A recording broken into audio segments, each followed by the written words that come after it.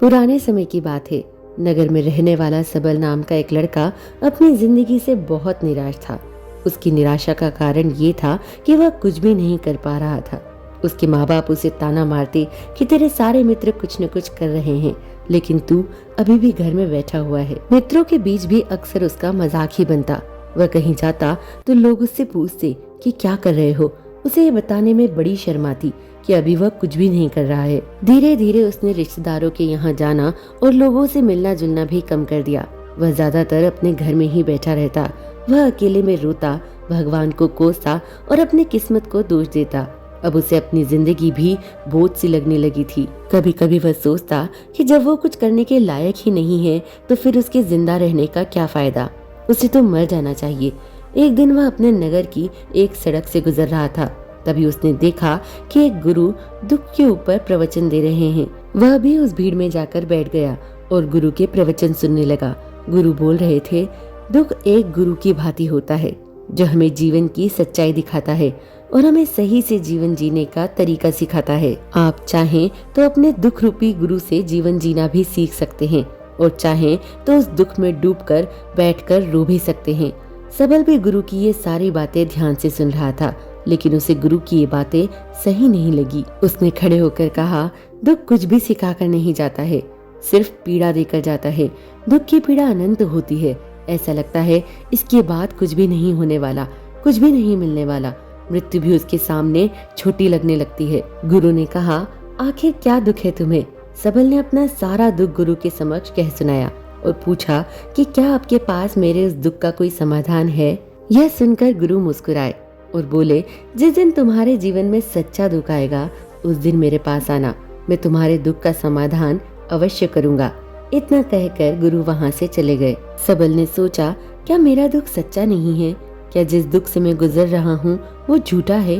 कोई भी मेरे दुख को नहीं समझता। जब माँ बाप ही नहीं समझ पाए तो गुरु क्या समझेंगे? अपने दुखों से परेशान होकर सबल ने एक निर्णय लिया कि अब वह कुछ करके दिखाएगा। उसने एक छोटा सा व्यापार शुरू किया, लेकिन उसमें सफलता नहीं मिल रही थी। लेकिन उसके घर वाले खुश थे कि वो कुछ तो प्रयास कर रहा है। वह अपने व्यापार में जुटा रहा और धीरे धीरे सफलता भी मिलने लगी। फिर उसने रफ्तार पकड़ ली और सिर्फ 3 साल के अंदर ही वह एक बड़ा व्यापारी बन गया। अब सबल के चारों तरफ ऐसे बहुत से लोग थे जो उसकी चिंता करते थे, उसे पसंद करते थे, उसके काम की प्रशंसा करते थे। अब उसके घर वाले भी उसकी प्रशंसा करते थकते नहीं थे। दिन प्रतिदिन उसके मित्रों की संख्या बढ़ती जा रही थी। अब वो अपनी जिंदगी से बहुत खुश था।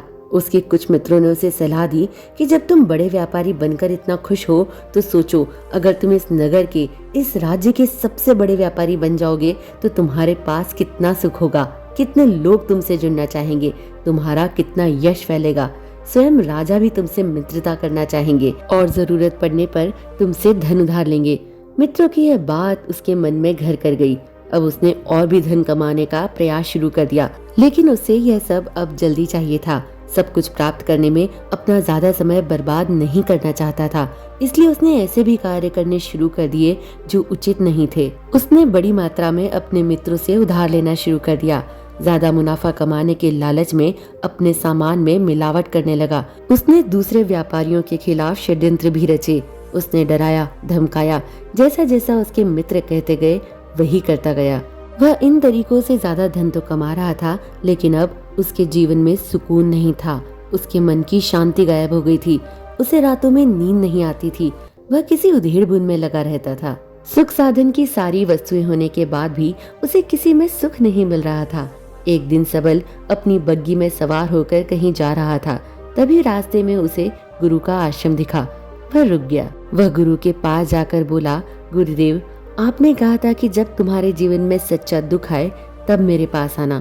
मैं अब बहुत दुखी हूँ। मेरे रातों की नींद गायब हो गई है। मुझे कहीं सुकून नहीं मिल रहा।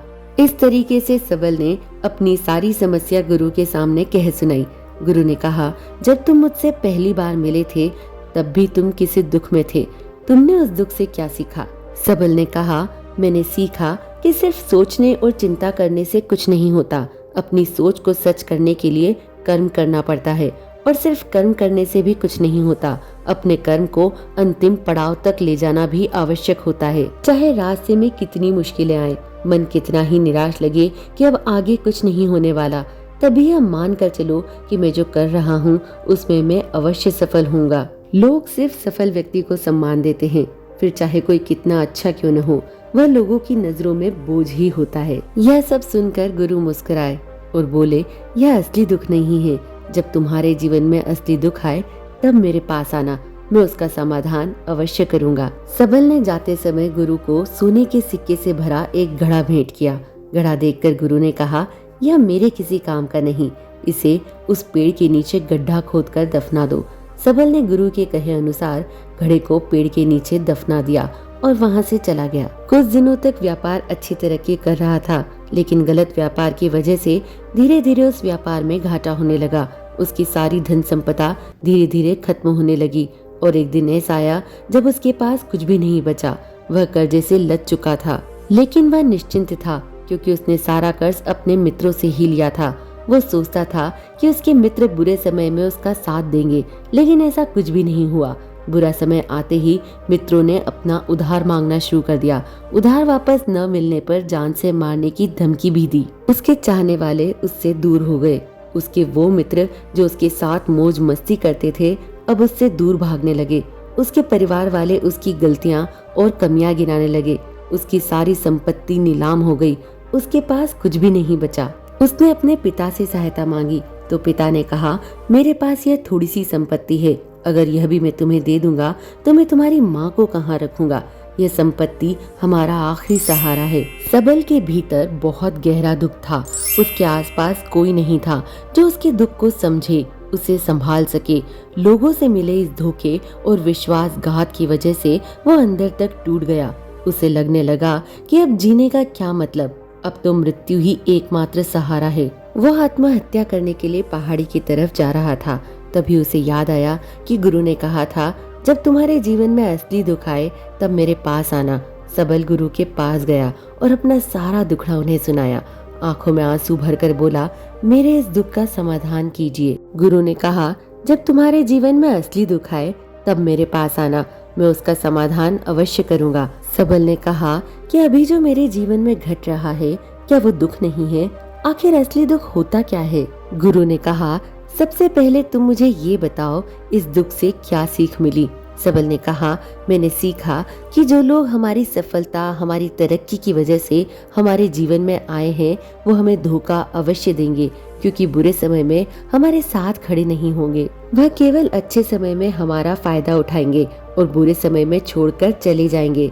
भरोसा केवल उन्हीं लोगों पर करना चाहिए जो हमारे बुरे समय में, असफलता के समय में हमारे साथ खड़े रहते हैं। लेकिन ऐसे लोग बहुत ही कम होते हैं, पर जिनके पास होते हैं उन्हें उनकी कद्र करनी चाहिए, उनका अपमान नहीं करना चाहिए। मैंने यह भी सीखा कि कभी किसी के खिलाफ षड्यंत्र नहीं रचना चाहिए। ईमानदारी और धैर्य के साथ काम करना चाहिए और कभी लालच नहीं करना चाहिए। अपना सारा दुख और अनुभव बताने के बाद सबल आंखों में आंसू भरकर गुरु के सामने बैठा रहा। थोड़ी देर बाद गुरु उठे और उस पेड़ के नीचे गड्ढा खोदकर वह घड़ा बाहर निकाला जो सोने के सिक्कों से भरा हुआ था और उसे सबल को दे दिया और कहा, तुम्हारे जीवन में जब असली दुख आए तब मेरे पास आना। सबल ने गुरु को धन्यवाद दिया और प्रणाम करके वहां से चला गया। उसने उस धन से एक छोटा व्यापार शुरू किया।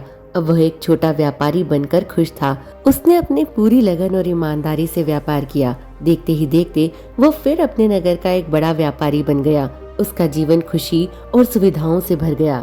लेकिन कोई कितना भी अच्छा हो, कितना भी अच्छा काम करे, दान करे, पुण्य करे, लोगों की मदद करे, लेकिन जीवन में दुख तो आता ही है। तो सबल के जीवन में भी दुख आया। उसके माता पिता के मृत्यु के रूप में। वह दोनों एक ही दिन मृत्यु को प्राप्त हो गए। वह अपने माता पिता से बहुत प्रेम करता था, इसीलिए उसे उनकी मृत्यु से बहुत गहरा आघात पहुंचा। सबल उन दोनों के पार्थिव शरीर को शमशान घाट ले गया। वहां उनकी अंतिम क्रिया की गई। वहां उसने अपने माता पिता के शरीर को जलते हुए देखा तो उसका मन बेचैन हो गया। उसके अंदर बहुत से प्रश्न उठने लगे। वह घर वापस आया तो अपने माता पिता के घर और संपत्ति को देखा, जिसके लिए उसके माता पिता हमेशा लड़ते रहते थे। आज वह लावारिस पड़ी है। आज उसकी देखरेख करने के लिए, उसके लिए लड़ने वाले इस दुनिया से चले गए। उसके पिता ने जो भी कमाया था, जो भी बनाया था, सब कुछ यहीं रह गया।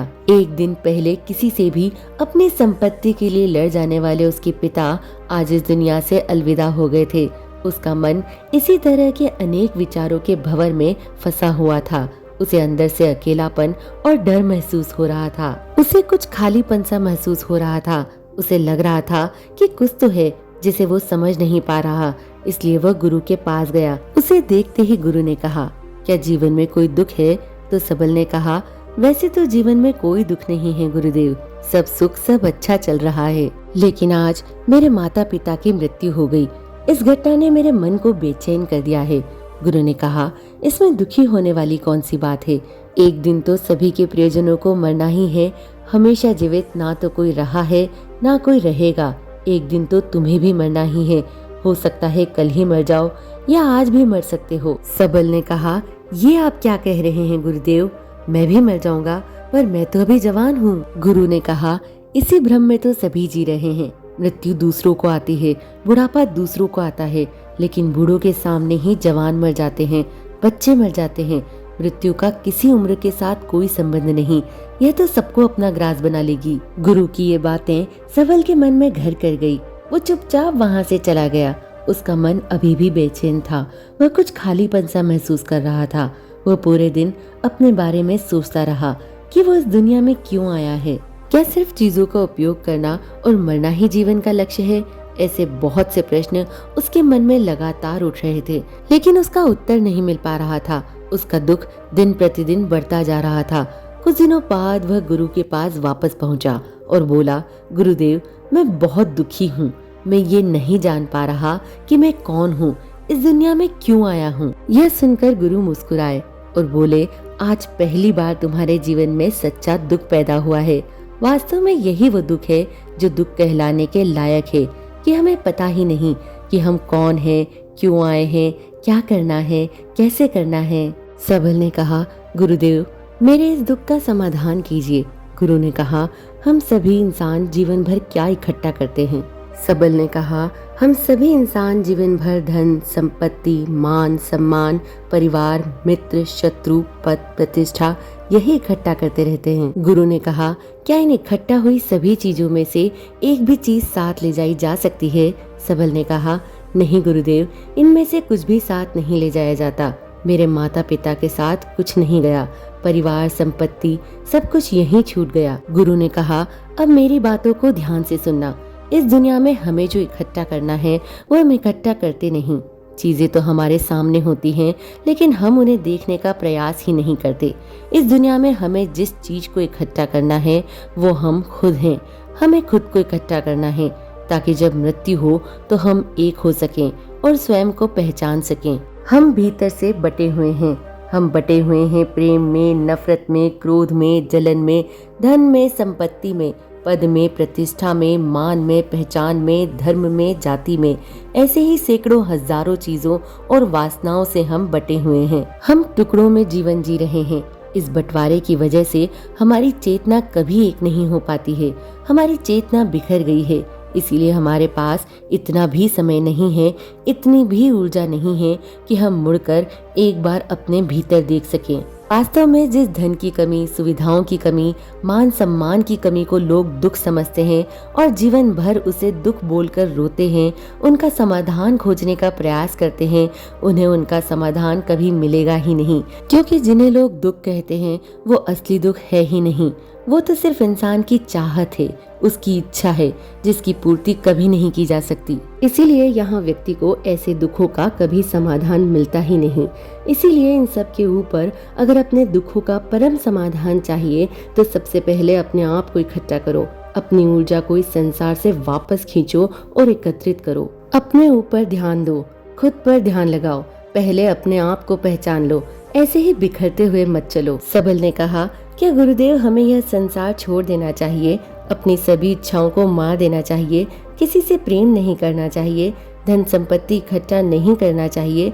मान सम्मान की आशा छोड़ देनी चाहिए? गुरुदेव ने कहा, एक बिखरे हुए मनुष्य के अंदर से कामनाएं, इच्छाएं और वासनाएं ऐसे ही निकलती है जैसे पहाड़ से कोई पत्थर गिर रहा हो, जिस पर पहाड़ का कोई नियंत्रण नहीं है सिवाय देखने और परेशान होने के और कुछ खोने के।